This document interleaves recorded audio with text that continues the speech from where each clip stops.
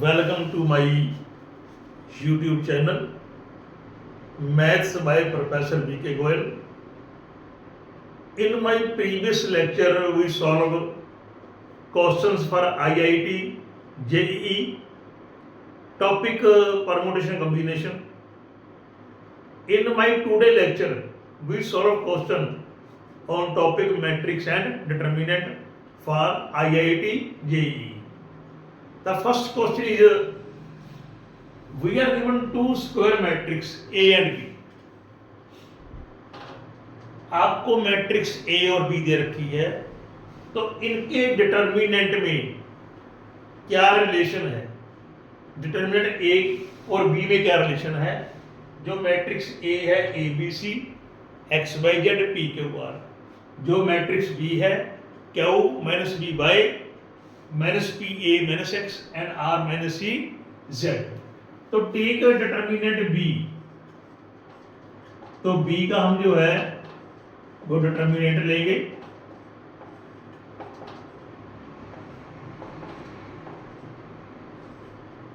तो क्या करेंगे, जो सेकंड रो है इसको हम मल्टीप्लाई करेंगे विद नेगेटिव साइन R2. ये तो मल्टीप्लाई R2 बाय -1. तो जो डिटर्मिनेंट आ जाएगा अपने पास ये आ जाएगा, ये पॉजिटिव, ये नेगेटिव, ये पॉजिटिव.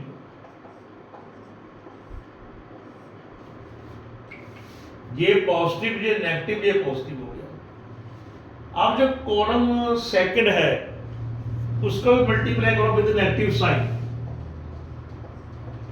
ये लो, multiply second column with negative sign.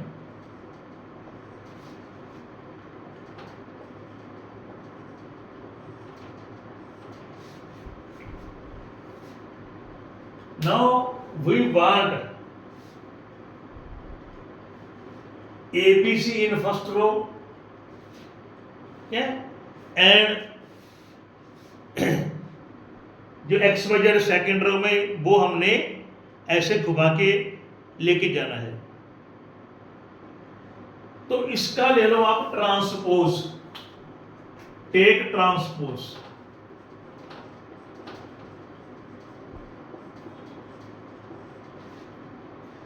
Transpose TAXRC.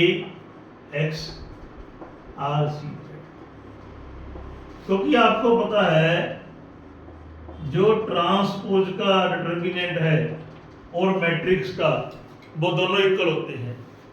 Determinant of transpose and matrix are equal, तो हम इसका ट्रांसपोज ले लिया.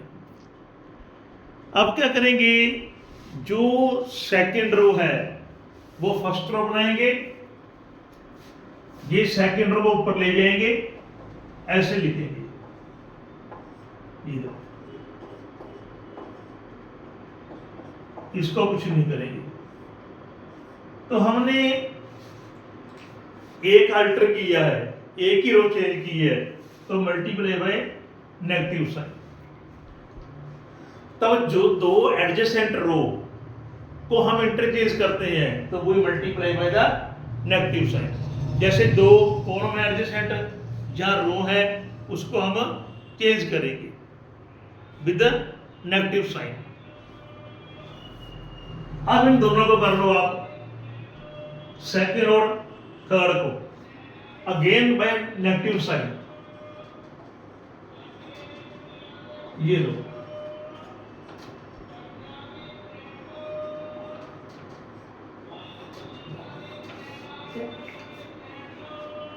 R2 और R3 को भी हमने इंटरचेंज कर लिया. एडजेसेंट रो है तो मल्टीप्लाई बाय नेगेटिव साइन. एक पहले पड़ा है, एक और आ जाएगा तो पॉजिटिव हो गया. अब इन दोनों को कर लो इंटरचेंज, इन दोनों को, कॉलम C1 एंड C2 एक ही चेंज करेंगे. ये लो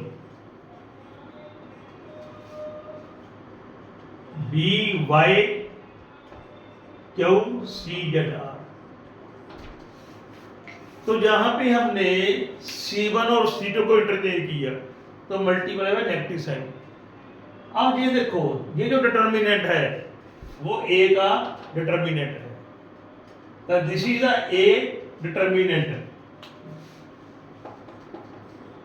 तो आंसर क्या आ गया, जो B डिटर्मिनेंट है उसकी वैल्यू A के डिटर्मिनेंट से नेगेटिव है, ठीक है, change the sign. The determinant B is equal to sign of negative into determinant of A.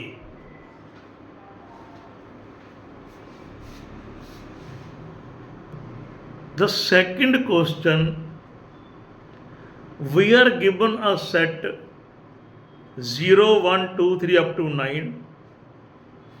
We want to find number of symmetric matrices of order 3. with all entries from this set। तो 3/3 की symmetric matrix कितनी बनेगी यदि हमारे पास entries है सारी from 0, 1, 2, 3, 9 है। तो इन सिमेट्रिक मैट्रिक्स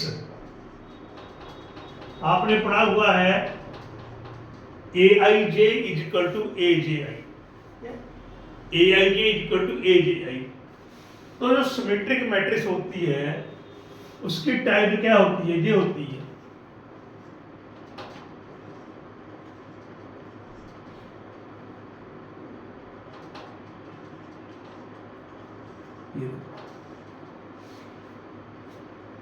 AXY, जी अपने पास एक जनरल फॉर्म है सिमेट्रिक मैट्रिक्स की, XBZ एंड ZY इस टाइप की होगी।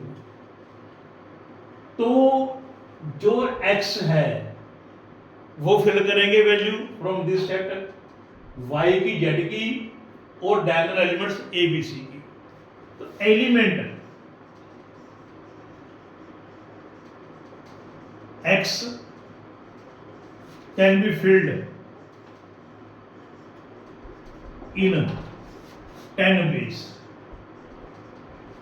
तो यदि आपने x की वैल्यू लेनी है, हम कोई भी ले सकते हैं, देयर आर 10 डिजिट, हमारे पास कितनी है 10 डिजिट है, कोई मर्जी ले सकते हैं इन 10 बेस।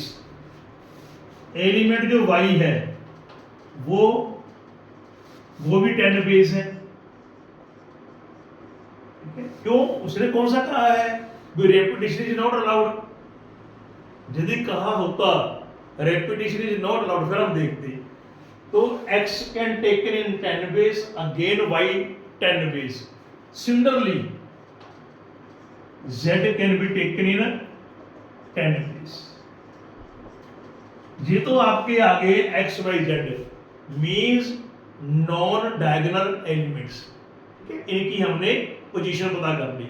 अब जो तीन अपने पास डायगोनल एलिमेंट हैं, तो डायगोनल एलिमेंट्स